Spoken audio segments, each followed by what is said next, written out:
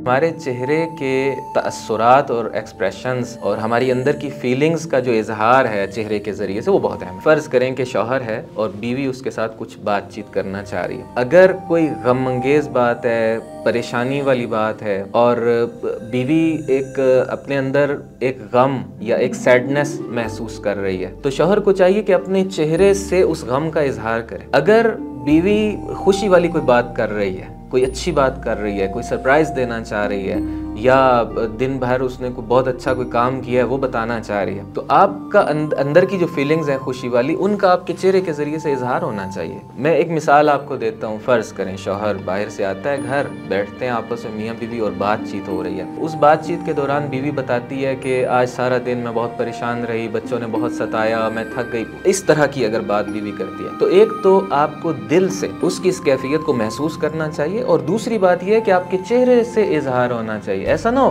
कि वो परेशानी वाली बात कर रही है, अब बीवी को हमदर्दी चाहिए इस वक्त और आप टिकटिकी बांध के ऐसे ही देखते जा रहे हैं या हंसते जा रहे हैं उसकी बात पे, तो बजाय इसके कि कोई अच्छा असर हो, बल्कि बीवी नाराज़ हो जाएगी। वो कहेगी कि मेरा तो कोई एहसास ही नहीं है आपको, मैं क्या आपको बताना चाह रही हूँ, मैं क्या अपनी फीलिंग्स आप तक मुंतकिल करना चाह रही हूँ, आप उसको समझने की पोजीशन में नहीं है। इजहार फ़र्ज़ करें बीवी ना भी करे एहतरामन, लेकिन कहीं ना कहीं वो डिस्टर्ब हो जाएगी, उसका जहन डिस्टर्ब हो जाएगा और मुमकिन है कि बुरे तरीके से रिएक्शंस का सामना शौहर को करना पड़े। बस सामने वाले की जो कैफियत है, अपने दिल की कैफियत को भी साथ मैच करने की कोशिश करें, उन्हीं फीलिंग्स को खुद महसूस करने की कोशिश करें और फिर चेहरे से उसका इजहार भी हो।